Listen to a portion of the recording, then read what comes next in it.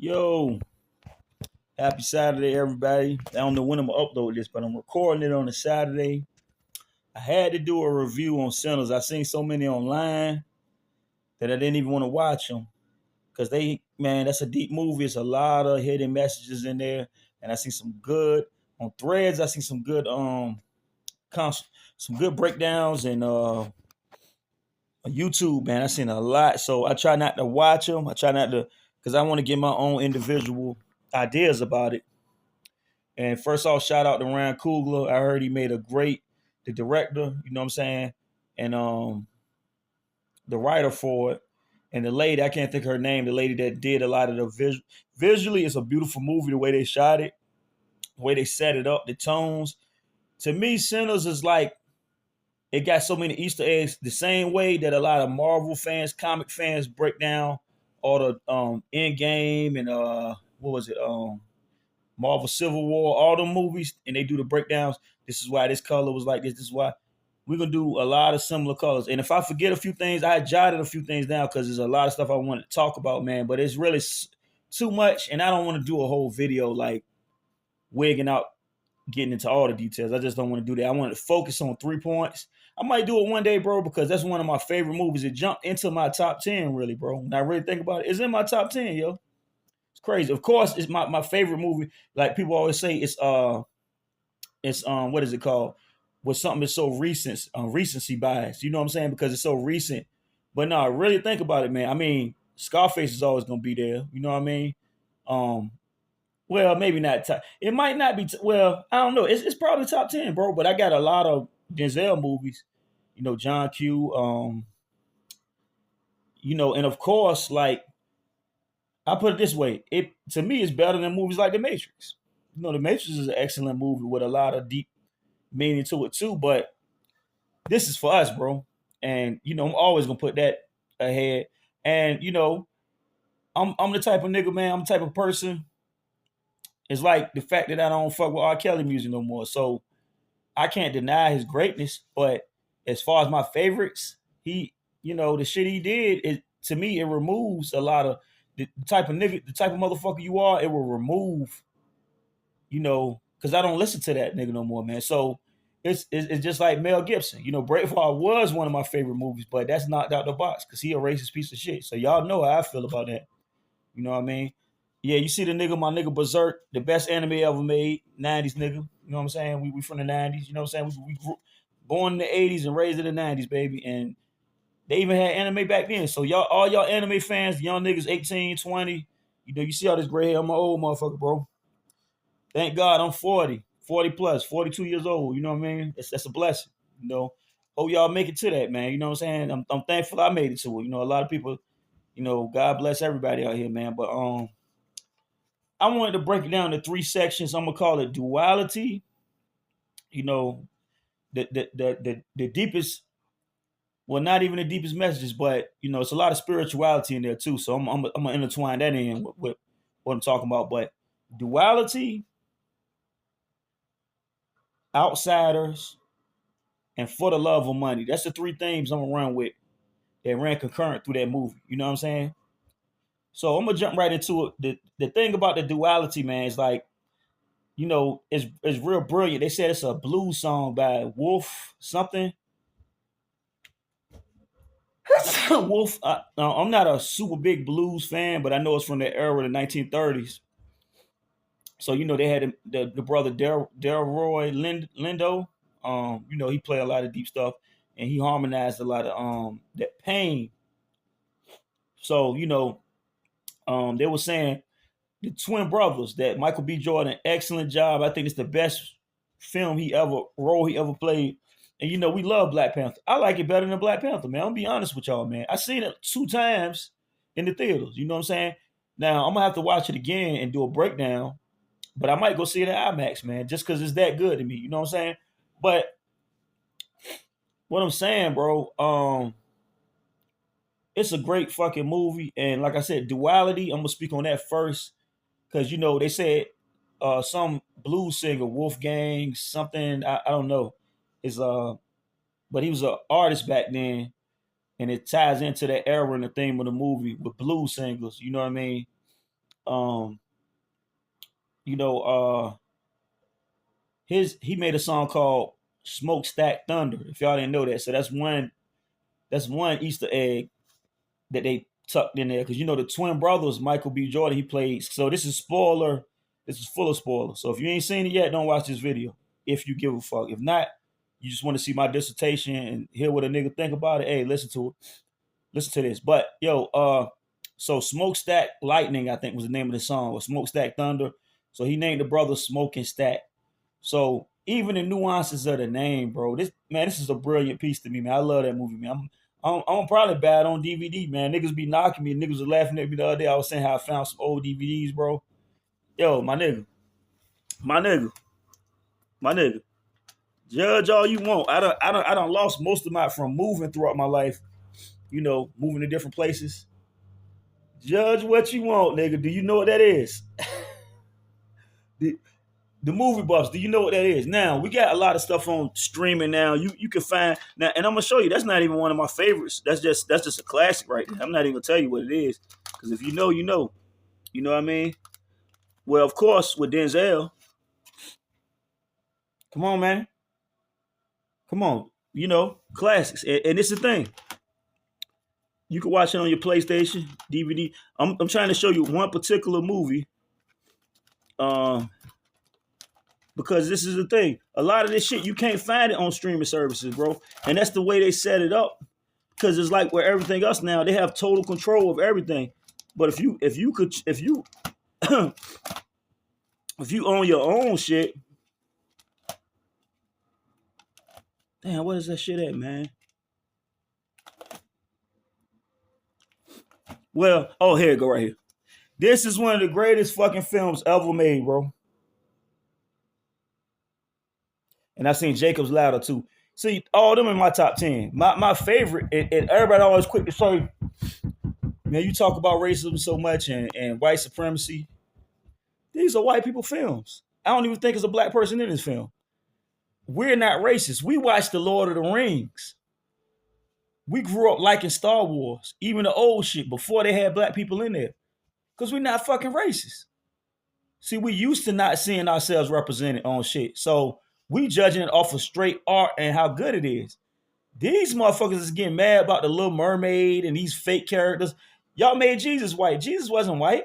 Even the Bible that these people worship and believe in will tell you he wasn't white. It'll tell you God ain't white. It describes his tone. The pyramids describe the tone of the Egyptian. The pyramids show you.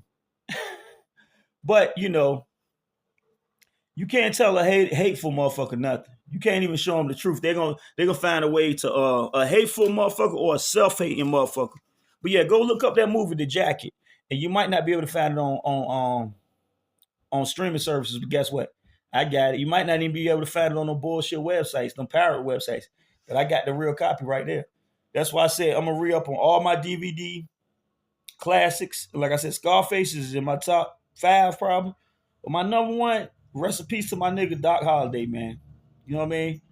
Rest in peace to the nigga Val Kilmer, man. I liked a lot of his films, but Doc Holliday, that's probably my favorite character from any fiction. I don't care. I'm a big comic book buff, big anime buff, a big I'm a halfway movie. I'm more into series. I'm more into like in series, but I do love a few movies. But Tombstone, I watch that movie probably more than any. I watch it at least once a year, and I don't do that with no other movies. So that's my favorite. But I'll be a Huckleberry, cowboy movie, gangster motherfuckers. You know what I'm saying? But back to Sinners, Smokestack. So you look at the duality of their names. Smoke, when niggas say I want that smoke, he ain't playing no games. Stack, in the hood, a stack could be $1,000. Or niggas that stack. So it's like the smooth motherfucker, which is Stack, and Smoke is no nonsense. And their characters portrayed that. But the fact that they were twins and played by the same person, and Smoke always wore blue, Stack always wore red. So it's always a duality and a separation. It's like the Democrats and the Republicans. It's like the Crips and the Bloods. And the science with colors is always a symbolism to it. You know what I mean? Not saying with none of them things, but and nature and everything else, they always try to say art. They try to say blue is cool, red is fiery. So it's opposites. You know what I'm saying? So, but I looked at it like this is my take. I looked at it like this is the same person. And bro, it almost brought a tear to my eye, bro, the second time I watched it, man, because I see myself in a lot of those roles he plays. So big shout out to Michael B. Jordan because they wrote that. They wrote them parts for him to play. But real people can relate to that, bro, because I can relate to both sides, bro. Like, I got a super serious side, bro. You know what I mean? And I feel like that helped me survive through this world and make it through this world. I know when to lock in, you know what I'm saying? And that Smoke, he locked in at all times, though. But see, I probably have that side like Stack that's playful, that's mischievous. You know what I mean? I probably have that side, and I never thought about it really to this movie. And that's the type of deep movies, bro, that make you think about your life and think about real shit. You know, the playful side, the Stack side of me is the one that can, diffuse situations, that can not take things so serious. Because I feel like if I was like Smoke all the time, and I know people that's like Smoke all the time, it's stressful, man. If I was that serious all the time, and I can even relate it to my alcoholism when I used to drink, that was the Stack side. And I'm gonna tell you something deep I caught on the second watch of the movie. When Smoke told Stack that this boy when he thought the girl killed him. I'm not gonna do a plot breakdown on this and the storyline. Y'all gotta go watch the movie to know what the fuck I'm talking about. I don't got time to do all that shit. And I don't feel like doing all that shit. You know what I'm saying? I'm just gonna talk about my views of the movie. So when the girl Mary, Stack girlfriend, bit him and they thought he was dead. They thought she ate him or something. They didn't know she was a vampire. They thought she was some kind of demon. Ripped his whole neck, gouged his whole neck out, and killed. And they thought he was dead. So Smoke is holding Stack, and he said he was the best part of me. And it made me think. Stack was the troublemaker. Stack was the motherfucker that like invited the evil in, really. And y'all think about this when I say duality. Go watch that movie again. Smoke, when he saw what direction his cousin was leaning into with that music, he pulled a gun on him. He told him, "I'll kill you dead right now, nigga, if you don't go fly straight and live the right way." He said it's a successful black community not far from here. Go play there. Go stay in the see. They brought him from under. He was a church kid. His dad was the pastor. They brought him out of that. They brought him out of the church life to be into the secular world. But Smoke was the regulator. He was in the middle. Like, I know you don't want to be straight up holy, but still be on the side of good. And see, some people look at that like Smoke crazy. But no, he's like the tough love. He's the strong disciplinarian. Like, nigga, I know, leave this ghetto and gangster shit to us because it's nothing but negativity that's gonna lead to. But Stack was the first person that heard him in the movie, that heard him singing though. They knew he knew how to play the guitar, but when they was riding down the road, it was just Stack and what was the young boy name? Well, y'all watched the movie. The protagonist of the movie. It was about him really. So him playing that guitar, once he started singing, Stack had a smile on his face. And you know why? Because he knew my cousin gonna be with me out here in the world. And secondly, we gonna make money off of him. Smoke, on the other hand, is like trying to protect him. But see, I just made a video about this the other day. Check my YouTube page. I know niggas be watching my shit. My views go up and down. You know what I mean? I already know. I know they hate me anyway, because look, I can't get back on my Facebook. My Instagram might be fucked up. I don't know, bro. It just seemed like, I've been talking shit about Donald Trump and them for years. And now it's like I get locked out of every social media. You know what I mean? Or they just hate on my shit. Your page is shut down because of blah, blah, blah. But you got motherfuckers up there saying N-words and, dissing Jewish people and doing all type of stuff. And they let that shit fly. You know what I'm saying? Talking about, people with different preferences and, talk dissing women and, but that's Trump playbook, being a bigot piece of shit. So fuck that motherfucker. You know what I mean? I'm gonna interject that in anything I do, bro, because it's real. You know what I mean? Y'all gave that nigga the keys. Y'all gave that demon white devil the keys to the castle. And y'all wonder why this shit running like shambles. Hey, told you so, nigga. Told you so, racist motherfucker. You think just because he racist like you, he give a fuck about you? No. But it all ties into the theme of this movie, sinners. People will align with evil just because y'all hate the same thing. Y'all hate immigrants.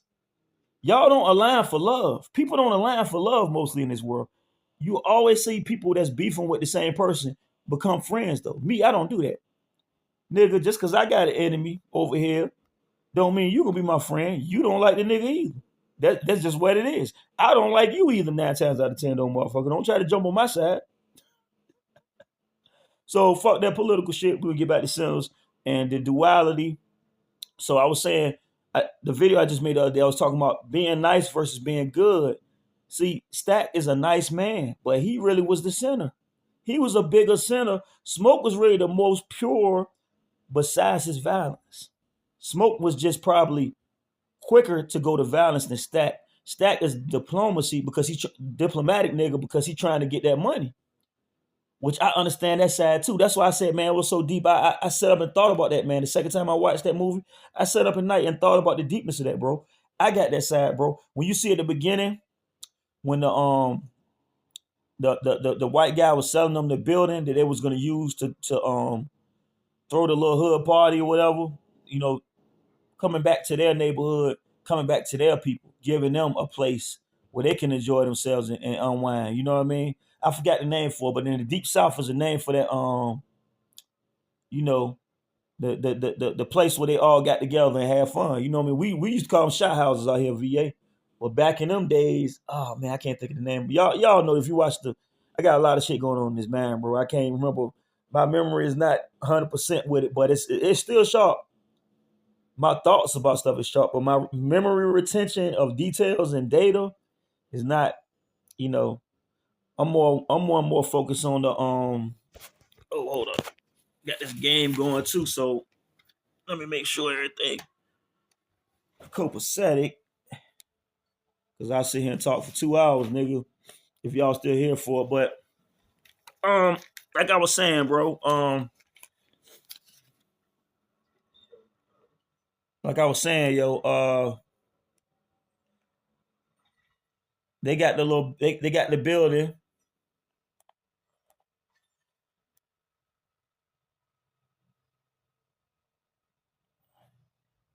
Damn,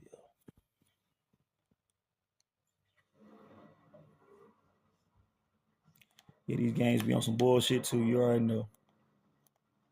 Playing for Death Stranding. If y'all ain't heard of that game, check that out.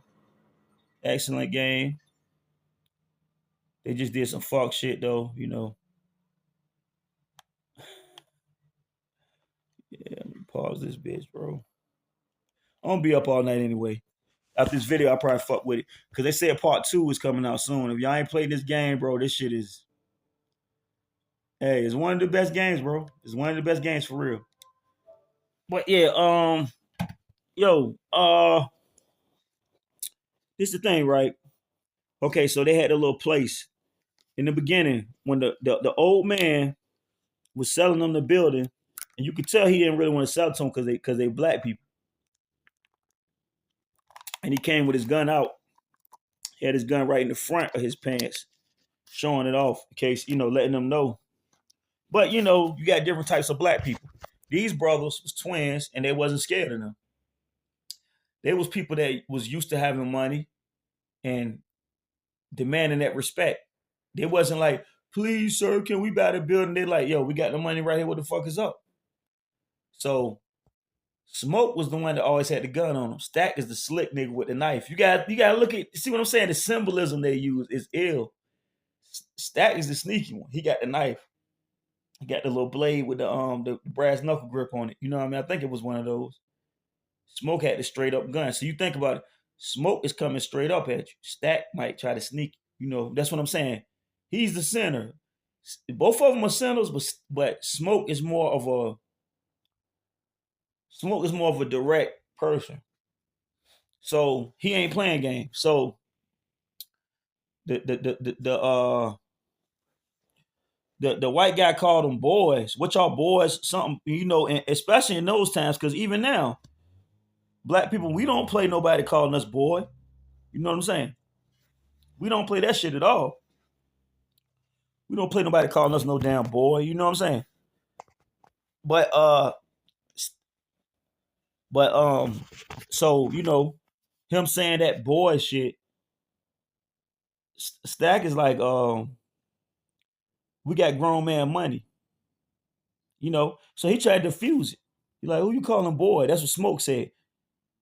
So Stack gonna say we got grown man money. Smoke gonna say we got grown man bullets too. Smoke gonna say we got grown man bullets too. Oh, let me fix this seat cover up. Nigga too fat, man. Making the shit come off. But yo, well, Smoke gonna say we got grown man bullets too. Stack, the center is the one that's gonna try to defuse it. He's gonna be playful. Smoke is telling you straight up, we not playing no games, bro. If you selling us this building, sell us the building and keep the fuck moving. And Smoke told him, if I see any of your KKK buddies on this property after we buy it, we're gonna shoot them dead right where they at. And the white man gonna say, man, ain't no KKK no more. And that's why I say he put a lot of social commentary in him, which I love. My top 3 directors, man. Now he might have moved. I don't know quite, bro, cause Jordan Peele. Jordan Peele is, us and all that. He's a motherfucker, bro. So, but with this one movie, bro, he might have moved to the top, bro. But I know it's between him and Jordan Peele, and right after them, the show Atlanta. I don't know if y'all ever seen that. Donald Glover, brilliant, bro. All of them is in the same vein, bro. All of them shows is in the same vein, and black commentary. You know what I'm saying? Social commentary on what we going through right now. They tapping it. So they telling the story from the 1930s, man. But it's showing you how, as much things change, things still stay the same. Because he's saying the white man gonna tell them ain't no such thing as the KKK. The KKK been over, and the brothers just looked at each other because they know that's bullshit. It's just like right now, a lot of these judges. How you think Trump got right back into where he at and doing whatever he want to do? Because they all KKK. You know what I mean? They ain't gonna wear them hoods now. And online, all y'all know that. That's a lot of times why they ban me online, because I wish they would say shit like that to a nigga face. They never will. But online, them motherfuckers feel very confident to hide behind them fake pages. That's the new KKK hood now. They don't have to put the outfit on no more. Make a fake profile with a goddamn anime picture or a goddamn cartoon picture or no profile picture, and talk all the racist bullshit you want.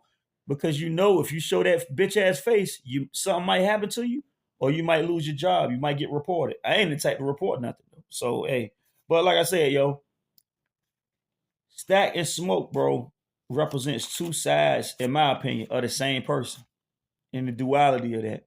And that's deep, bro. It's deep. Because they're probably so much alike in so many ways, but it's so much different in so many ways. And you see the one that plays more invites more sin in.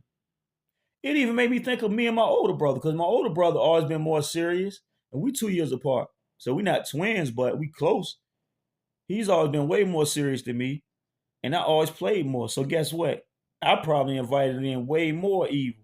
And that's the total general theme of the movie. Sinners, you gotta invite the sin in, because the vampires, if y'all know vampire folklore, they just implemented that, which is something they didn't create. It was already folklore. Vampire canon. Um, they can't come into none of your buildings because it's a sacred place. You gotta invite them in. So every time a vampire became turned, they would try to be invited into the building, so they can kill and tear shit up. And they wasn't going for that shit. But it's just so funny that it was a white vampire. You know what I mean? And I'm gonna get back to duality. I'm gonna jump between those 3 themes this whole video. Duality, outsiders. So this is of course outsiders. So I'm trying to be invited in. You trying to invite everybody to the cookout. But I'm gonna jump to the third piece, for the love of money. Did y'all notice through that whole movie, money is the thing? And see, this is the thing, man. Of course, I believe in God. I believe He wants us all to be successful. But let's take that Bible that so many people claim to know and to love and to follow that Christian faith. Do you know what Jesus told the rich man? The rich man asked him, "What do I have to do to follow you, Jesus, to be like you and to be in heaven with you?" He told him, you got to leave everything you have behind and follow me." How many of us can do that? Just being real, how many of us can leave everything we got? And I honestly say this now, it ain't too many. And I ain't got millions. It's hard for me to leave my house, my car, the little bit of stuff I do got. Leave your job, but people ain't gonna talk about that. A lot nowadays. A lot of stuff is prosperity. You know what I mean? Or to look prosperous. There's more people that live in a fucking hotel or a shack or something. There's nothing wrong with that. But you got Louis Vuitton bags and goddamn, you know what I mean? $800 Jordans on. It's a priority thing because it's more of I want to look rich, or I'm gonna live with somebody else and I'm driving I'm paying 1,200, I'm paying 800 for a car payment, but I'm living with my mama. Now that's a choice, but I'm just saying you could use the 800 to go towards your rent or your mortgage. You know what I'm saying? Have your own shit, but hey, everybody live their life how they choose to, man. But like I said, it's all about appearances, and this is the thing with, like you said, sinners, and for the love of money. That in that movie Sinners, bro, everybody caved into the sin of, you know, wanting to be accepted, lust, but money was the main thing, bro. Think about this. Let's jump to that Chinese lady, yo. She was selling. If y'all notice that marketplace, because it was segregated back then, 1930s. Segregation didn't stop to what, the 60s, 70s. That's years ago. That time it was definitely segregated, and people was just finishing up slavery. They were sharecropping, so they was still picking fields. If you notice, they was in the cotton fields. But the thing is, yo, like, I think I got some of that damn dog hair in my eye, man. These damn animals, man. But yeah, if you notice, okay, the Chinese woman, she went over there with her husband. The husband told the daughter, "Go get your mom." She wasn't on the side with selling to black people. What Smoke went to try to pull him in. He said, "We're gonna throw this party. We got this building. You riding?" The brother said, "I'm down." The Chinese man said, "I'm down." Now I'm not making a man and woman thing, but as an individual, he was down. Now we know different communities have, even to this day, bro. And I done been everywhere: New York City, California, down here in VA where I'm from. It's still like that, bro. All the gas stations is owned by somebody who not black. Most of the beauty supply stores is Asian. And I've seen in my own personal experience, a lot of them don't fuck with us. They'll take our money though. They'll accuse you of stealing. They'll follow you through the store. You know what I mean? Did you pay? Remember one time, years ago, you know, I paid for this girl fingernails, and I'm sitting at the door waiting. The lady gonna say, you waiting for somebody?" Like, try to. I like, man, I paid. You know what? She gonna finish getting her nails done. I know she gonna be mad if I tell her let's leave, but I'm never coming in here again. "Oh, I'm sorry. I'm sorry." No, fuck you, bitch. You know what I mean? Straight up. You racist as a motherfucker. You ain't shit. You preying. You being predatory, preying on black people, but you don't fuck with us. No, fuck out of here. So, like I said, you notice the Asian lady, she came from the white side of the street, serving white patrons, serving white people, to the black side of the street. The first thing she said was some negative shit to Smoke. And Smoke had shot two brothers. She's saying, "You, as soon as you come back, you starting problems." But they tried to steal from him. Now we're gonna touch on that too in a little while. But the fact, when she seen him, she didn't say, "I ain't seen you in a long time," blah blah. She looked at him as a troublemaker. He said, "We got a new place, blah blah blah blah. So you coming up stern, you want to have this place and doing all this shit. Look, I got money for you." When he said money, she was down with the program. Her ass would have never been there and would have never got ended like she did, like a lot of them did, if the money wasn't involved. The twin brothers, they whole motivation was to get money. That's why what happened to them happened to them. The KKK man. In the end, when he killed the KKK people, which was a great scene, of course, that musical scene when they showed different genres, that was to me that was one of the illest scenes ever. But I love that scene in the end, bro. I just hate racist motherfuckers and I hate uh supremacists and bigots and oppressors. So that scene is just like in that movie with the Nazis getting smoked when they went down, which this was fictional too. Or of course, Django when he whipped the slave master, love it. When he blew the Uncle Tom up at the end, Samuel L. Jackson loved it. And when they caught Hitler in the movie theater watching a movie, and they was on the balcony, like in Apollo, they got the little upper deck, and they shot that motherfucker so many times, bro, like lit his ass up. Now I don't think that happened in real history. Inglorious Bastards, which is also one of my favorite movies, which is about the people who went the task force that went hard on the racist Nazis and fucked them up. See, they don't have no problem celebrating movies like that.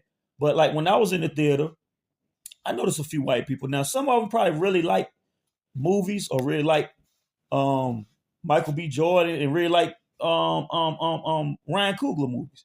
So they probably not all being racist, but a lot of them came there to get mad and be racist.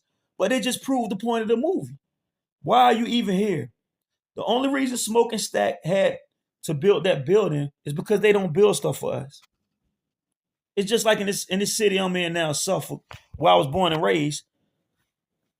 Downtown, by what they used to call the fruit stand where all the barbershops is at, and y'all niggas that's watching this know this is true.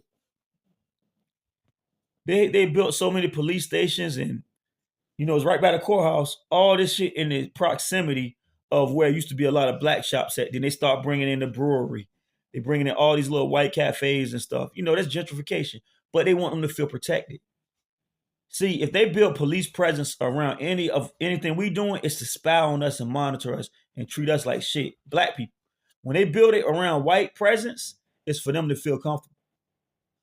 And it's times I done drove past or walked past if I'm going to that little gas station over there, and it's just sad, bro. Because they'll call you a hater for telling the truth, but it's the truth. And being real, you're gonna feel a way about it when you see them blasting with loud speakers, my country, blah blah blah. Rebel music, country music, all this, straight up white supremacy shit. But if I turn a boombox on down there playing some KRS One or playing some damn Future, they're gonna say noise ordinance, turn that shit off. They play right beside the fucking police station over there, bro. I don't know if y'all seen that. And a lot of motherfuckers is scared of white supremacy or they just accept it. Not me. I see it. Fuck them motherfuckers. That's how I feel. You know what I mean? Fuck the police too. Y'all know how I feel. That's why they always abandon my shit. Anything I do online, but you can't keep a real nigga down. That's the thing y'all gotta realize. People still talk about Malcolm X to this day. They still talk about Jesus to this day. They still talk about Martin Luther King to this day. Hey, they still talk about Pac to this day. Their words still resonate because their words is real. Not like these bootlicking coons out here. Fuck them niggas, dog. Y'all want to assimilate. If you can't beat them, join them. That's the weakest shit, bro. And I'm not against white people. I'm not against white society. Well, I am against racist white society, but I'm not per se against country music. But why is it every time a black person make country music, it's so much controversy, and even though you stole that from us, but y'all want us to accept Eminem and other racist culture vultures like Post Malone, who went from where did he go from White Iverson, which was a banging track for the hood, but now you a hillbilly again. You reverted back to your original form, a straight hillbilly racist redneck that voted for Trump. But it all ties in. And that's why I say these movies is so real because, but yeah, okay, so the Chinese lady, that's why she got eliminated. She chose to come with them because of the money. And you notice when she got there, she wasn't down for the cause at all because soon as something happened, when she heard the gunshots, when he shot Mary When Mary bit his brother, and they thought he killed her. They didn't know what kind of demon she was. He let off 2 clips, and she got up and ran and was laughing. It didn't phase her. It didn't kill her. When the Chinese lady heard that, she didn't say, "Let's go see if they're okay." Blah blah. She gonna tell her husband, "Go get the keys," and sent him right outside with the demons. Got him smoked. Got him killed. So, like I said, man, the cookout outsiders. That's the second thing. Inviting everybody to the cookout. You want to invite the Chinese people to the cookout because they did some decorations, I think, and did bartending. She had a liquor license probably. You know what I mean? Because she held the stores. I understand why you got them, but it's more to the proof of why we need more black-owned shit to do shit for ourselves. Because every time you invite somebody in, she was the one that got everybody killed. And let me jump to this theme. I didn't hear nobody talking about this. The lady was right and wrong. She was wrong because for selfish reasons, she said, "Come get me, motherfuckers." She invited the vampires in before they could develop a plan. But let me tell you what I like about what she did.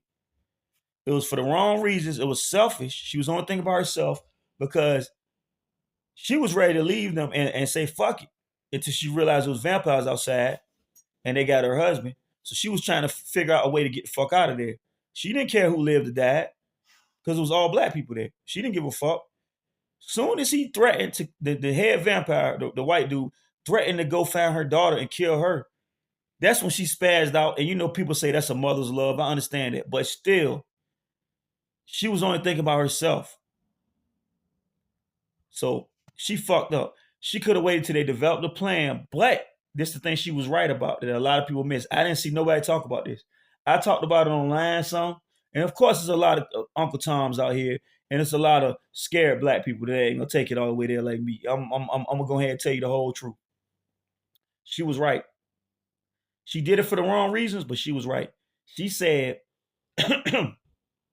"Smoke, what you scared now?" Because the man's hands was shaking. His hands always shake when he ready to spaz out and do something crazy. If you notice the opening scene, that's the duality again. He couldn't roll his own blunts. He had his brother roll. They used to use tops paper. Y'all know that's old school. Smoking paper. They wasn't rolling blunts back then. They roll the weed up in some white paper, smoke it. So he would roll it up, hand it to his brother. His brother smoked it. They pass it back and forth. His brother was the smooth one, Stack. Stack had the hands and the calmness to roll it. His nerves was bad, but he was the killer. He was the real killer. Like, his aim is good. You know what I mean? You saw that in the last scene. He was surgical with that shit, with them guns and all that shit. And he was the one that was going to really do something. Stack could do something too, but Stack is more, he going to try to think of a way out of it. And that's why I say I got both sides. I seen times I spazzed out. I see times I'm going to think of a diplomatic way too. So, but the diplomatic way, a lot of times that type of thinking is what got us where we at now. Integration. See, Malcolm was smoke. And I'm not gonna call Martin Stack because Martin was serious too. He just had a different approach. Stack is more like Jesse Jackson. And that's a deep one for y'all niggas to pick that one up. Right? I freestyle that one, so yeah, but that's deep. Well, he like what's my man Al Sharpton? That's that. He gonna play a little bit into the con man game. Try to, you know, what I'm saying? Instead of being like fuck these motherfuckers. You know what I mean? But like I was saying, man, the Chinese lady, she said, "Ain't you a soldier?"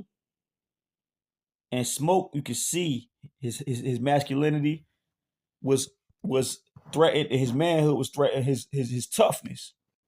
Like he looking like biatch. Who you? Damn right, I'm a soldier. I'm a gangster. Who the fuck is you talking? She said, "Ain't you scared to go outside?" She said, "I seen you shoot 2 people earlier." He shot his own people, and these was unfortunate. These is poor people. They tried to steal his shit, but like the man told him, "I didn't know it was yours." And guess what he did? He shot the other brother too, because he said, "I can't let the word get around that some niggas stole from the Smokestacks twins. They stole from us." So your reputation is that big when it comes to your own people. I can't let niggas think that y'all can play with us. But when this white man came in here and played with you, she pulled his card on that one, y'all. Y'all ain't want to look. Niggas don't want to look at the real. The Chinese lady told him, These motherfuckers killed your brother. And you sitting here hesitating, thinking about, damn, what I'm gonna do, worried? But when it's your own people, and these is people that's unfortunate. It ain't like no niggas with money try to steal from him. These are some poor people that he knew. And he shot him. Shot the man in the ass, and he shot the other one just to let people know, don't fuck with us. Why you don't got that same gangster energy towards outsiders that hurt us? Ooh. That's what I'm saying. Like a lot of these rappers, I ain't gonna say no names. I don't have no respect for them because every time a police mistakenly shoot somebody or shoot somebody on purpose, it's a lot of them that do this. Don't march, don't protest, don't slide, don't do nothing to aggravate them. There's a lot of these suckers, man. You know what I mean? Don't fuck with them. They're too powerful. But when some people you grew up with get into a conflict, you ready to smoke the whole family, shoot the whole neighborhood, shoot your own neighborhood up, shoot the whole apartments up. You willing to do all that for somebody who looked like you, who grew up the same way as you. But when it's an outside force, you're scared of them. Oh, man. That's why I don't respect none of these rappers that talk about sliding and doing this, doing that, doing that. Pac was the realest, bro. Pac shot two undercover cops and got away with it and beat their case. He didn't know they was undercover, but still, the whole point, he seen them beating up an old black man, probably an old wino or something. They just wanted to have fun, jumped out and fucked the old man up. He saw it and he clapped them motherfuckers. That's a real gangster. That's a real soldier. That's a real revolutionary. But y'all rather follow these little young niggas talking about spinning and sliding and smoking their own, exterminating their own kind. But when the boys in blue get on them, Monster Cody. Y'all look up Monster Cody. He was a real LA gang member from back in the day. He passed away. He said this in his book. Read his book. He said they could have shootouts for 20 minutes, bro. You know how long 20 minutes is, bro? Anybody ever been in an altercation, 1 minute is a long time, especially when you talking about stuff like that. 20 minutes, niggas would not run. He said niggas shooting at each other for 20 minutes straight, trying to kill each other. Soon as one policeman show up, one white policeman show up, y'all get the fuck out of Dodge. Everybody running. That's white supremacy, bro. That's what, bro, that Chinese lady broke that shit down perfectly, yo. Y'all niggas would go to war with each other and hate each other and the self-hate, self-destruct so much. But soon as that colonizer, vampire, culture vulture came in who wants to steal your identity, wants to steal your songs, wants to steal your music. Because you notice when they first pulled up and played that bullshit song, it was trash. It was bland, garbage. They want to assimilate your culture. When he got some of them black people, the ones that got kicked out the party, and they turned them over, the song was jumping because it had that black influence. Oh my God, come on, bro. Hey, they put some real shit in there, bro. And that's why I said inviting outsiders in. That ties into the second one. Self-hate and the real enemy. Self-hate. Smoke fired on two people that he probably grew up with and said, I can't let these niggas play with me. But like the Chinese man told him, these white people they killed your twin brother. And you're not mad about that? I mean, you mad, but you acting scared. You acting scared about that. They killed your twin brother. Oh my God. And then let's go to the fact of this. The vampire wasn't a racist. Let me tell y'all that. He wasn't racist. See, people might have got fooled by this. He symbolized white supremacy, which is capitalism. Ooh. I seen some people saying on a deeper level, I ain't even going to that right now because it's somebody else's idea, but I can latch on to it. I can agree with it. The vampires was the Democrats and the KKK was the Republicans. Smoking them knew they had to deal with the Republicans. They already knew how to come at them. The Democrats infiltrated. They try to act like your friend. Whole time, they demons just like the KKK. They still hate your black ass, but their reason is for money. Now y'all really study politics and really be real about it. Don't just jump on one side or the other. And you'll notice, as a black person, you'll notice them motherfuckers don't give a fuck about you, bro. But one of them is definitely more the KKK. They more direct with that shit, and you know what they about. So you a damn fool if you following them. But to follow the Democrats is a slow. Like you said, you can join us and be free, but you a damn bloodsucker. Join us and be free with the bloodsuckers, and you can like the white boy, the white girl, and the black man. Y'all can live together forever as bloodsuckers, though, as demons. Join our demon cult, and it's better than being killed by the other demon cult. That's a great point, bro, that they made. That was somebody on Threads I seen. Y'all go on Threads, man. I love Threads. It's a lot of racists up there, like with every other, Twitter, X, and all that shit, Facebook. But Threads is black people is really mobilized mentally up there, bro. I love it. Black Threads, hey, big shout out. I'm gonna get back up there soon. They always trying to block a nigga. You can't stop a nigga though. Fuck y'all. But yeah, like I was saying, man, the white vampire, the lead vampire, the Irish one, what's his name? Ramsey, some, I don't fuck him anyway, but fuck his character, not the actor. I mean, he's just an actor, but he was a fucked up motherfucker, in the movie. And you notice, okay, I ain't even getting to the Native Americans either, because you seen them show up. They tried to say, hey, we warned y'all about these racist motherfuckers. we warned y'all about these demons. Y'all didn't want to listen, so we out. They gave y'all a fair warning. But the symbolism of the money, right? The head vampire was running they was chasing them, but night was falling. When night fall, they get their full powers. The Indians knew not to play with them when the night fell. So they took off, but when he ran up to the place, they was did y'all let him in? And they lied. The white people that lived there lied. This how he got in, though. Did y'all notice this scene? Okay, he show up, he got blisters over his back. I guess they thought he had been burnt. He had been burnt by the fucking sun. Because vampires, they must have chased him out of his hiding place, his dark hiding place, and he ran into the sunlight. He seen the first house he saw. He looked on the bed when they opened the door and seen some KKK hoods. So he knew they was in the KKK. So you know what he told him? Hey, them Indians chased me. See, he used manipulation. He wasn't really racist. He just used the manipulation to tell them the Indians chased me. I'm a coward, ain't I? He's saying, I'm one of y'all. He really wasn't, though. He wasn't even American white. He's from Ireland.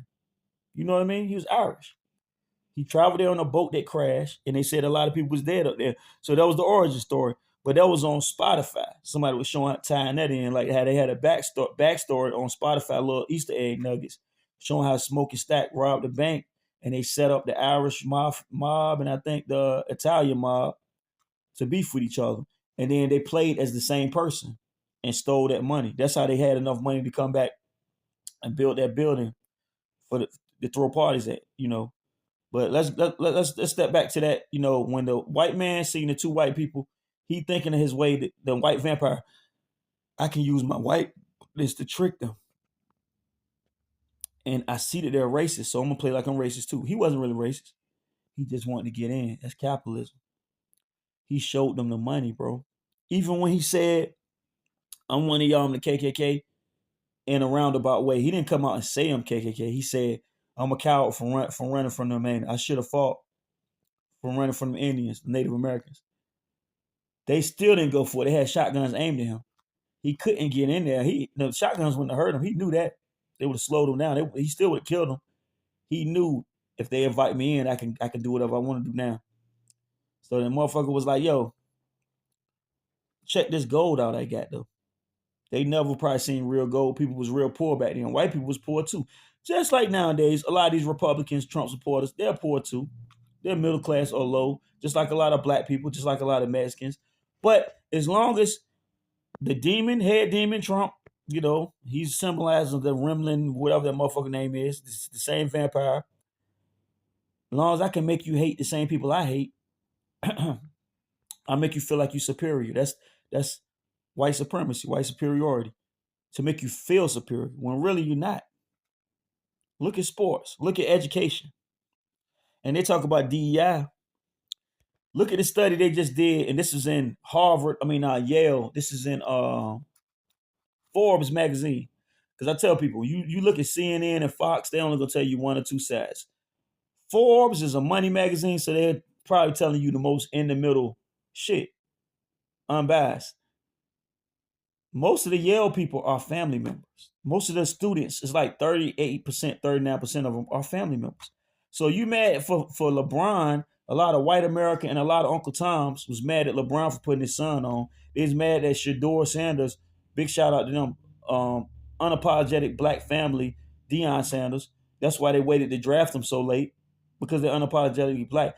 They mad at that nepotism, bro. Everybody in the Dallas Cowboys head office is named Jones, and Jerry Jones is saying, "Nah, nah, I'm not no kin to them." Yes, you are. That's your stepdaughter-in-law. That's your distant third cousin's niece. Come on, man. Y'all, it's okay when they do it. When we do it, it's a problem. Fuck them. That's what niggas said, right? That's what niggas said. But like I said, they tricked him in. So, okay. Then it comes to the point, and it's so much shit, bro. That's why I said so many nuanced shit. I'm not even gonna deep dive into everything. But, they let the white girl in there. Smoke is serious. He didn't even want her in there. And I'm gonna get right to the next point about that with the duality thing, but that's an outsider thing.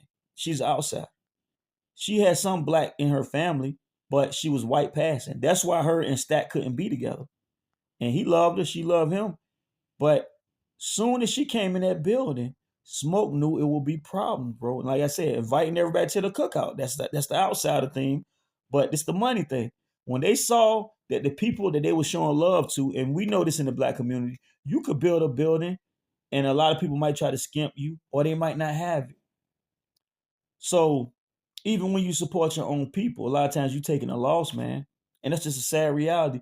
But Stat, see, this is why Smoke was saying the best part of me. Smoke looking at the figures like, man, they paying us this bullshit. Like even with his lady, and I'm gonna jump to his lady soon because that's a big factor. Smoke's lady, the black African lady, um, the black lady, but they was paying her some type of currency when they was coming to get her potions, and she was into the hoodoo and all that stuff, which is from the deep south, which is really from back in Africa. It's stuff they carried over here that they still do it in deep south, and it's all called black magic and evil, but a lot of that shit that them Europeans doing is evil. You know what I mean? It's just a different form of worship. But yeah, he was mad that she was taking the local currency. She's like, this is all I need. I don't need to go nowhere.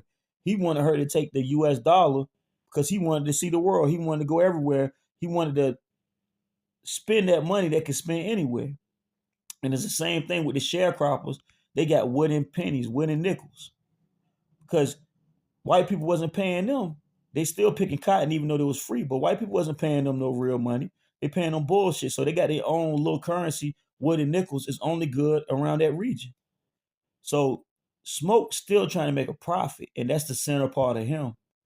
Bro, you see what I'm saying? The seriousness, he don't care as long as he get ahead. And he's basically saying, fuck these people where I came from. But I understand it from a capitalist point of view, from a business money making point of view. Stat, on the other hand, is saying, bro, this is all the money they got.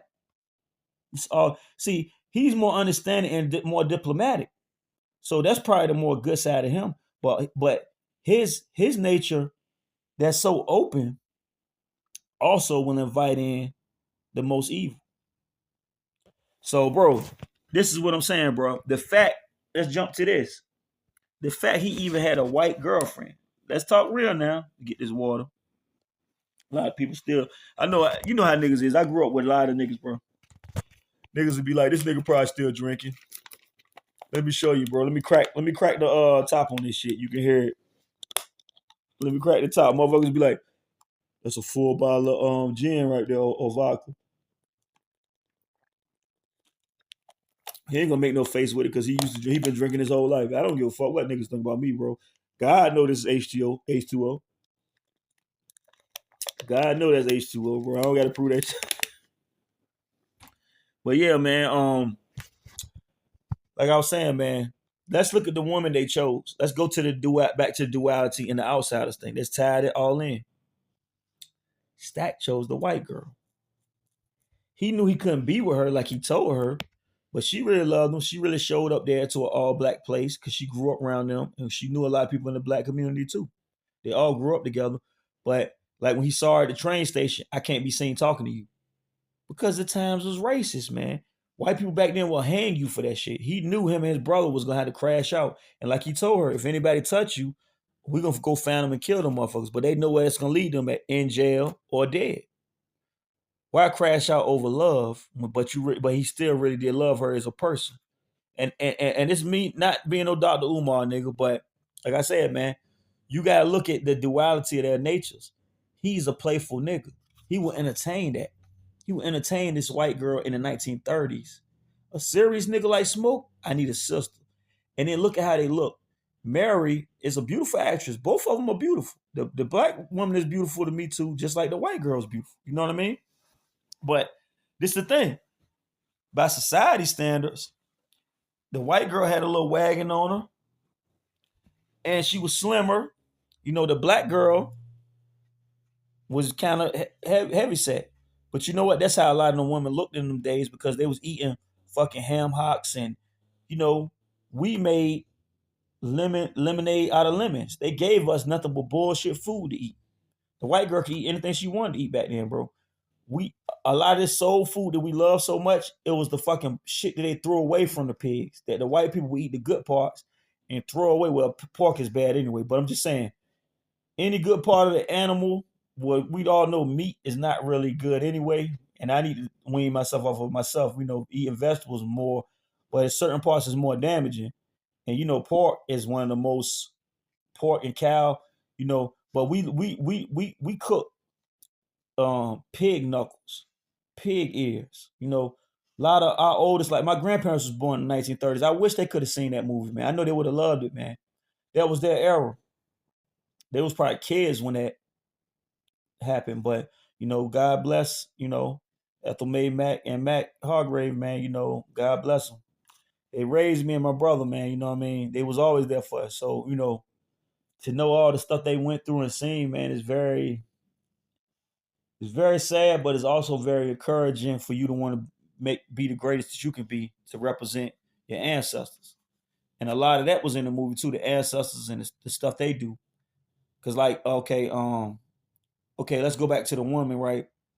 Smoke had him a hoodoo lady that do traditional practices from Africa, who also was kind of heavy set, was a hard worker.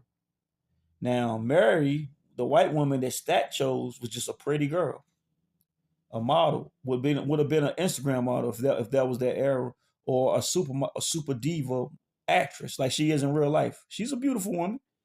No, I ain't no, you know, I ain't no hater. I ain't no, you know, I probably do lean more to Umar's, you know, views on that in certain ways, but you gotta look at, especially in those times, the reason, like Cat Williams said, he terrified. He tried to tell Shannon Sharp, "I'm terrified of white women because I know as soon as they start screaming, he did this to me and that."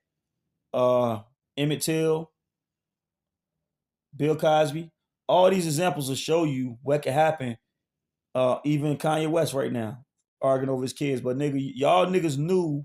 Besides Emmett Till, you know what I mean? Rest in peace, Emmett Till. Fuck that lady that lied on him, the Karen Biatch. May she rest in peace. But you know,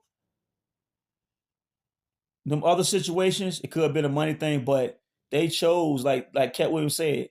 He. You seen what happened to Jonathan Majors? I'm not running full speed like that through the streets, trying to get away from a conniving liar that's going to use that white privilege, you know, Karen alibi to get me slammed and jammed in this game.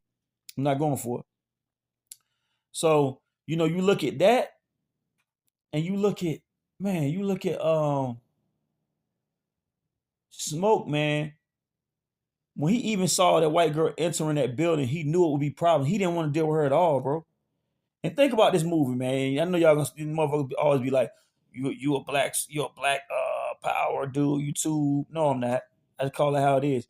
If nobody was invited to that cookout, bro, but us, that movie would have been a great time. Because half of it was them just enjoying themselves, and black people when their life's so hard, especially back then with racism and segregation and Jim Crow and all that bullshit, they just wanted to enjoy themselves, man. Because like at the end of the movie, remember the young boy when he was an older man, he said, "Before night fell, that was the greatest night of my life." And yeah, look at who they chose. Even the young boy, he chose him a sister but she was married. That was his center part. You know what I mean? And you notice when he was in there smashing, Stack knocked on the door and he started, oh shit, okay. He said, go listen to my little cousin. He told the Chinese lady, go listen to my little cousin, putting in that work. He was fucking with the other girl, you know, and she was married, but she showed up there by herself. So, that girl, that was the sin. See, that's why I say all of them, it was lustful sin, love and different motivations. But like I said, that money really reeled in a lot of the movie. What's my man, the funny guy, the one that was on 8 Mile, the big boy? Um, he was at the door. He was the doorman. He would have never came if they didn't come to them fields where he was picking that money. And his wife even encouraged him. She's talking about how much money you talking about. He wanted to stay away from them because he knew there was trouble. The big man, the one that was at the door, he got turned into a fucking vampire too because his ass wanted to show up there and play bouncer because they offered him more money. Delroy Lindo, his character, they offered him money. The only ones that really went for love was the two women, Mary, even though she went outside and tried to barter with them, but that was because she loved dude. She was trying to help Stack out. But she did go out there and try to, and they showed her the gold and it reeled her in too. That's how she got close enough to get bitten. And she brought the shit inside, showed it to Stack, and Stack said, I'm gonna go out there and holler at them too. So either way, he got pulled in with the bottom money too. And the whole situation, and even at the end, when the KKK man got shot, he knew he was about to die. And my man's was already hallucinating smoke after he got shot. He was hallucinating seeing his wife with the kid. And this is the deep things of that movie, right? Remember, she was holding his girl was holding the baby, and she said, "Put that cigarette out, and I'll let you hold the baby. I don't want to get no smoke on him." Ooh, that movie was poetic, bro. And people was thinking about smoke from the cigarette. No, his name was Smoke. His character was Smoke. He was all about the smoke. He was a serious dude, all about his money, and he ready for violence and anything else. She didn't want to get none of that bad mojo, none of that bad character on her baby, which was his baby.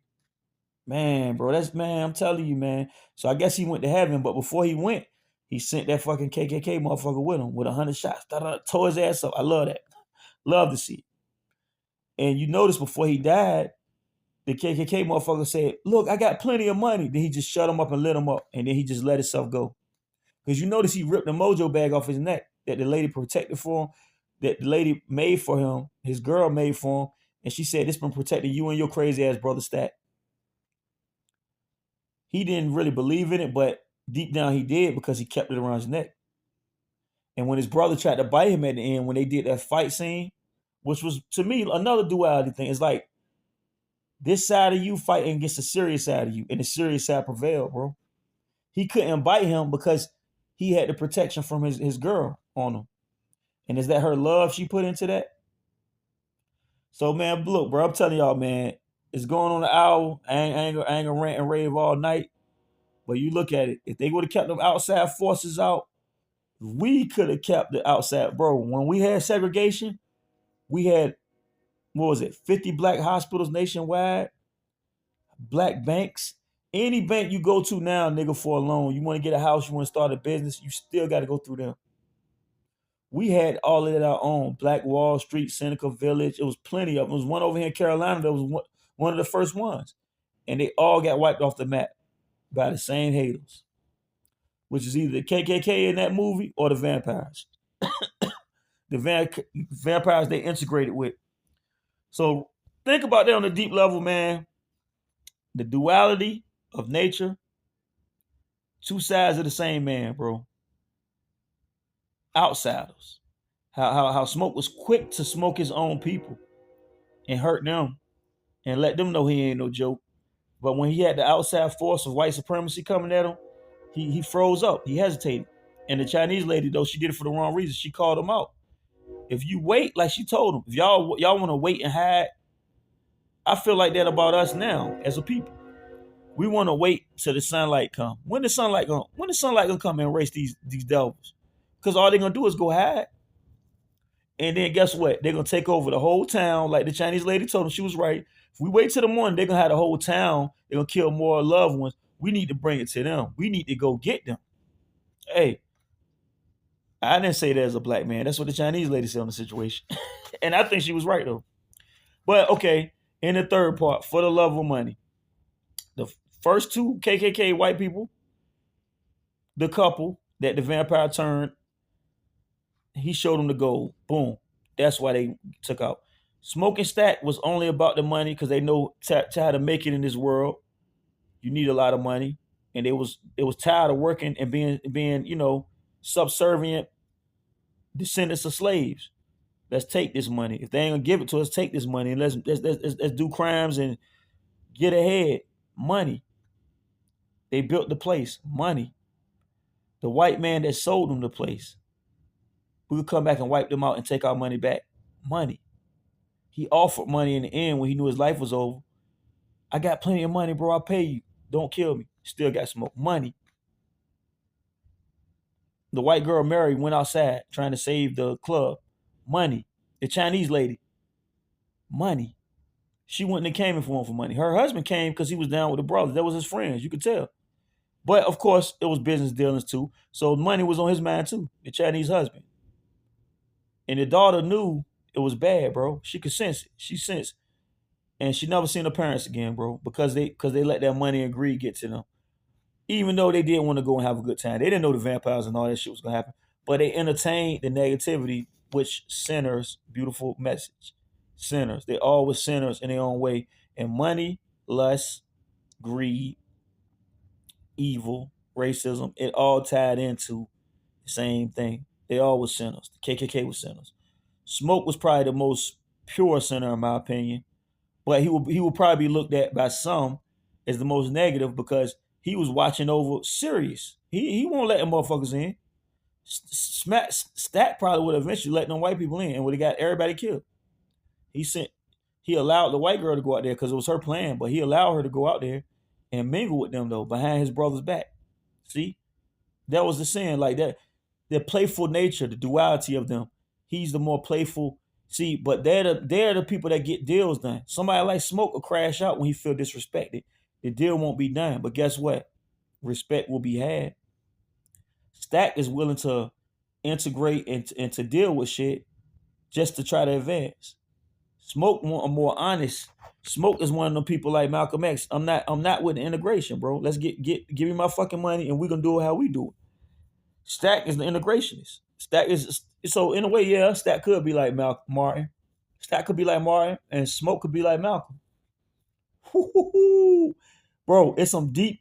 Y'all go watch that movie. I'm watching for the third time, my nigga. That shit, bro. It got some deep. But tonight we just gonna rest with that, bro. Much love to everybody out there.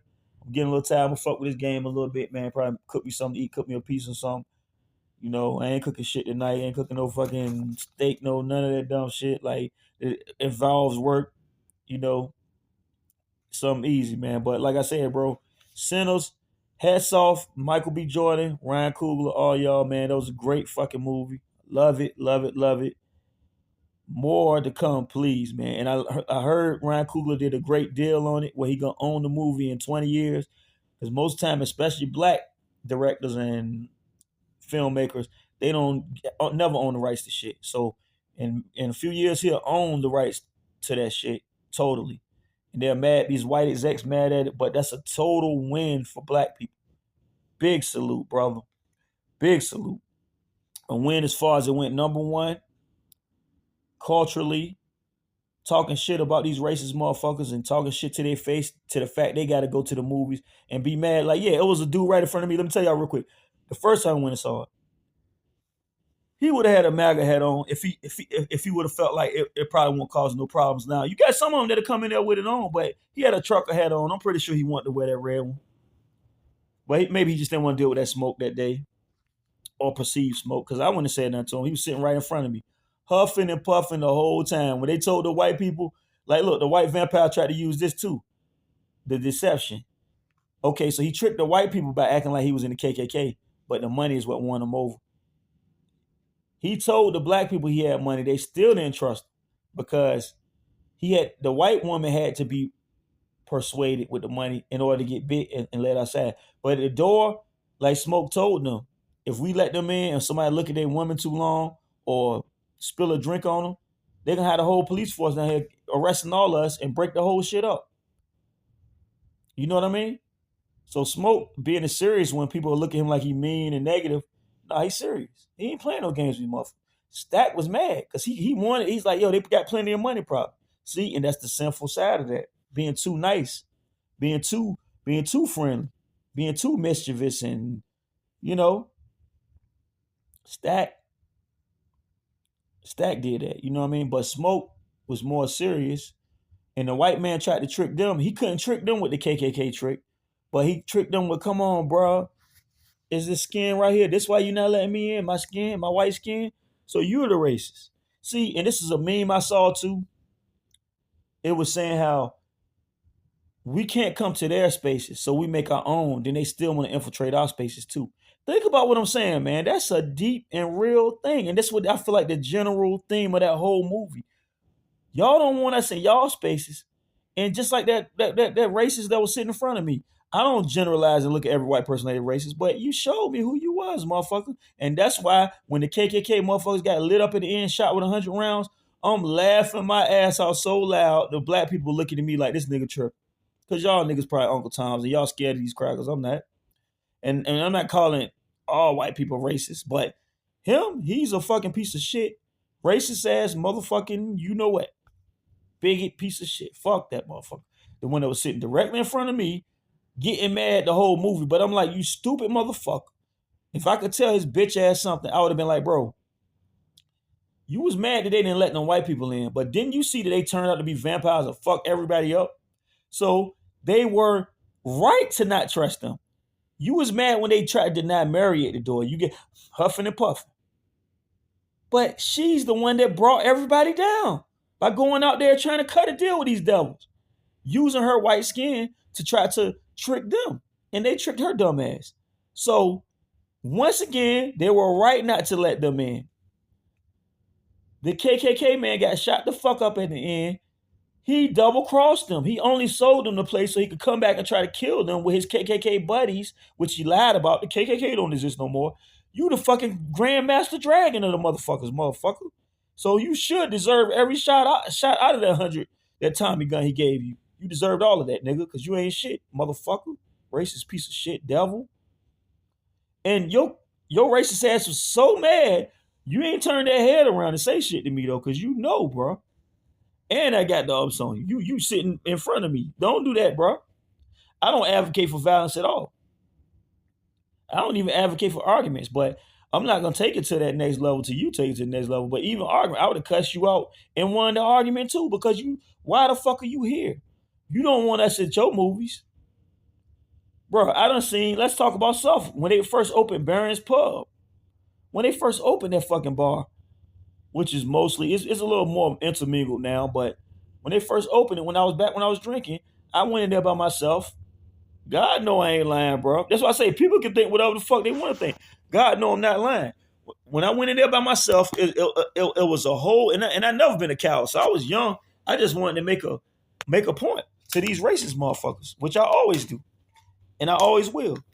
But I would have sat in their order and like I've done in a lot of racist white establishment, and me not coming back is not because I'm scared of y'all motherfuckers. This ain't like back in the day where you could just disappear, nigga. Now, I know it's probably certain cities and towns I'm not gonna do that shit because I'm gonna have to go out. But you know, Suffolk is about half and half, so you know, all you can do is probably try to call the cops and make me like the bad guy. That ain't never happened to me before, so that ain't shit. But you know, it's just sometimes you can't bully a nigga that don't give a fuck, bro. So sometimes it's just like, okay, I mean, let me give y'all what y'all want, and not in the way you want me to get to you. I'm not gonna just snuff you over the counter like I should. I'm gonna come back in here with 3 carloads full of niggas who are not criminals, who don't have no warrants. Hey, can we order some food? Can we get some drinks? Oh yeah, hey. That ain't how it was when I walked in as myself, being nice, because I'm a nice person. I'm a reasonable person. But when you being unreasonable with me, when I sat down in there and 100 Motherfuckers turn around and look like, what you doing here, nigga? That's how they was looking. Nah, I'm not going for that. Now I could sit in the midst of that, like some black people do, and play them mind games with yourself. They're not being racist to me. Hey, how you doing? Let me say this real quick too. This has nothing to do with the movie, but that nigga got Wallow, bro. I had so much respect for Wallow. You know, all his motivational stuff for coming out of jail. Nigga, you fucked up. You started making too much money probably and it went to your head. You dissing black businesses out of pocket, man. I really don't fuck with dude no more, bro. Like I fuck with a lot of shit these niggas say, but when you do shit like that, bro, come on, man. Like I done told some of these Uncle Toms online, bro. How many times have you seen white businesses where you go in like that and you making excuses for them? Oh, the food wasn't that bland. The portion, the little small portion, niggas love to go. Black people, I'm gonna tell you how deep it is in the game with us. We love to go to them establishments that you know they don't want you there, just to feel like, oh man, I ate at this place. I ate at Chateau 5051, the prestigious white business. I ate there. The food, I paid $80 for this plate where it was only two pieces of fucking meat and a little bland thing of mashed potatoes. It was exquisite. You're not gonna slam them like you're gonna slam them black people that make you a plate $20. They could have put too much. You see what I'm saying? Or a nigga, you know that's making a clothing line. Man, these hoodies don't fit right. Why you gonna charge me $30 for a hoodie, nigga? Nigga, fuck out of here, nigga. Y'all niggas go to Louis Vuitton and pay $1,000 for a fucking hoodie, which China is showing you was only $20 to make too. Was only $10 to make, probably $8. And just because of that Louis Vuitton logo, they made in the same warehouse. I don't know if y'all been following that Chinese shit they've been exposing since Trump been putting the tariffs on that shit. All of these Jordans is fake, nigga. All of them. The shits I buy, I even fell victim to this shit. We all, man, I paid $200 for these. I ain't buying them Mexican Jordans. You might as well, nigga. They make them in the same warehouses. Only difference, they ship the shit to fucking France and put Louis Vuitton on it, put Gucci on it, send it to Italy, wherever. And now you feel prestigious because you buying from the white man and paying top dollar. But you won't buy the same shit for the same price from your black people. Niggas know me, bro. I'll buy 3 shirts from you. And I probably won't even wear but one of them. I'm gonna buy, back when we were selling CDs and music, I'm gonna buy 5 CDs from you if they $5, $20. Buy 4 from you. Why not? Because I go in the same store and buy the same CD from a rich person that's already rich for one, and not just that, who's owned by a white record label, and the white man's gonna get most of the money anyway. Come on, man. Let's be real. So Wallow, I don't totally cancel niggas, bro, unless they do that R. Kelly type shit. Like to me, you can't come back from that. Fucking with little kids and stuff. I don't fuck with dude, man. Or you on that Chris Brown stuff. Niggas still mad at him, but you gotta forgive. No, if you fight women, and most of them niggas, you can't name no men they fought. Name a famous man he fought. I done seen a lot of videos of him beating up girls doing. Man, I don't fuck with a nigga, man. And I'm from VA. I don't fuck with a nigga, bro. Nah. You know what I mean? And like I said, yo, I'd rather fuck with Brent Fayez, bro. Brent dope, man. You know what I mean? Now, I don't know if he ain't no weirdo shit. I hope not, because I had to cancel him too. See, I don't have a problem canceling the motherfucker. But Wallow, I'm not going to totally cancel you, bro. I fuck with Wallow, man. As far as his motivation and him surviving that experience, 20-some years in jail, I know brothers like that in real life, man. And I much salute to him. But I always tell people, never feel so comfortable to dish your own people, man. Never feel that comfortable, bro. Of course, you got people that don't do what they supposed to do. You got a lot of them. You got a lot of Chinese motherfucking restaurants that's gonna give you 2 shrimp. Is you gonna come down on them like that and call they shit trash? You got a lot of Chinese nail salons. It's gonna fuck your, fuck your nails up and shit. Like you still gonna run to them. You got a lot of white businesses, bro, that ain't shit. So let's be real, bro. Let's be real about that shit. Stop running to motherfuckers when they only want to run to you to vulture off you and take your money. Like all these Target and all these businesses take your money, but don't give a fuck about you. They don't give a fuck about inclusion and equity. They know they racist. They're gonna include themselves. They're gonna include their white friends. They include their Chinese friends. They're not gonna include your black ass though. They're gonna call that racism. They call that reverse racism. So you know what? Fuck that type of thinking, bro.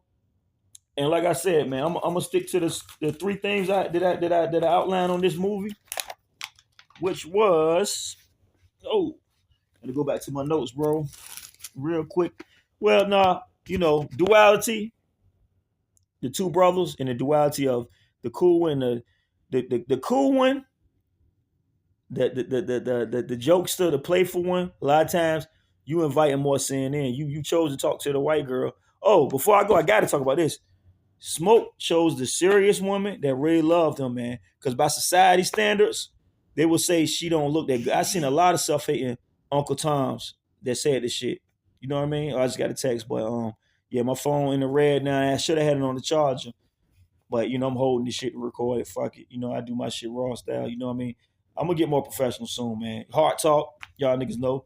But Smoke chose the woman that really loved him and was not by society standards and was a black sister. It's serious, dude. But because he's so serious and straightforward, they'll look at him like he's negative. On the flip side, though, Stack chose the white girl that he really couldn't be with because of society. But, it's nothing wrong with that in my book. I'm not totally Dr. Umar, but I do understand what Cat Williams and them be saying, like, and Dr. Umar and them. You playing with fire, bro. Because she can weaponize her whiteness to take you down. And it's been going on for hundreds of years. So, and she did in that movie. So, infiltration and, like I said, the Chinese lady called it out. Smoke ain't had no problem beefing with his own people, but he didn't want to beef with the white devil that was outside the door. What, you feel like too powerful for you? But you'll crash out on your own people. So that was the real enemy versus self-hate and hating yourself. That was the infiltration, the outsiders piece, is my second point. And my third point being money. Money, money, money. They all fell down for that money, bro. And if it wasn't money, it was lust. And bro, what two things take down, especially men, take down us? I think really more lust take down more men and more money take down more women. Because a lot of them, that's why they out here doing salacious activities, is for money. Whether it's direct prostitution or they just doing bullshit, putting up with weirdos for money. Hey, so Ryan Coogler, great fucking movie. Keep them coming. Shout out to, like I said, Donald Glover. I feel like they great with the shit too. Y'all got to come back, bro, because hey, my man Coogler and Michael B. Jordan, bro. They like people been saying they on that run like Denzel and Spike Lee.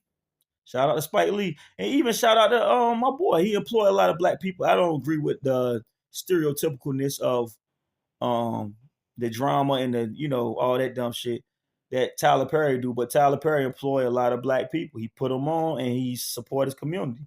And he's super pro black. So salute to him. However his orientation is. I ain't got nothing to do with that. And shout out to Spike, of course, all these great black filmmakers. All rest in peace to Singleton.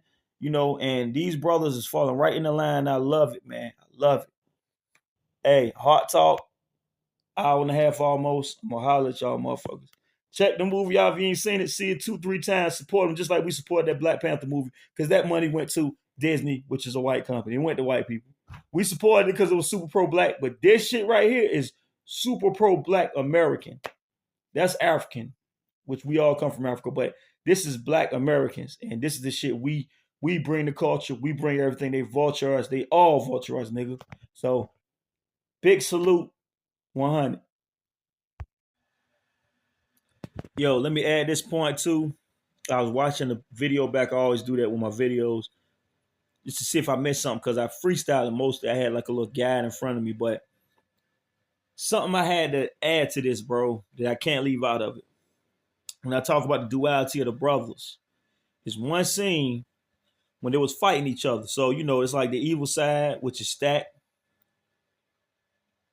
which bought into white supremacy, fighting against the real nigga, the straight up nigga that ain't playing like the Malcolm X nigga, Smoke.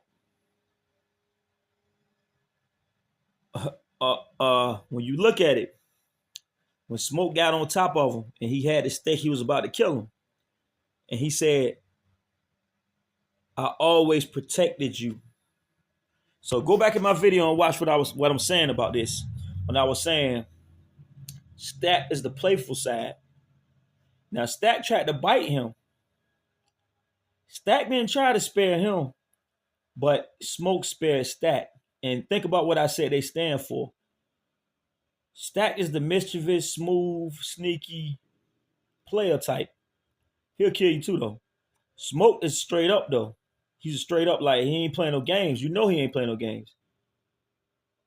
So the serious side was telling the side who he also said that boy was the best part of me. Now think about it in terms of duality. What I'm saying, the side that even would give a white girl a chance. Think about what I'm saying. I can't leave this out because but think about that though. The side that when Stack survived as a vampire, and they showed him years later when he went to visit the little cousin after he was an old man and had a successful career and all that. He was still with the girl, so he's the one that buys into the dream that the vampire was selling, and it could be Martin Luther King's dream too, as far as integration goes. Oh, I can't leave that one out. I thought about that. I need to start writing it down more, but I don't like getting caught up on ideas. You know what I mean? Like I like to just let it flow, but I miss out on certain shit. So that's a point. He was saying, even though I'm serious, I'm the big brother, even though they're the same age, but he's kind of like Smoke is kind of like the big brother in the way of he's more serious and more responsible.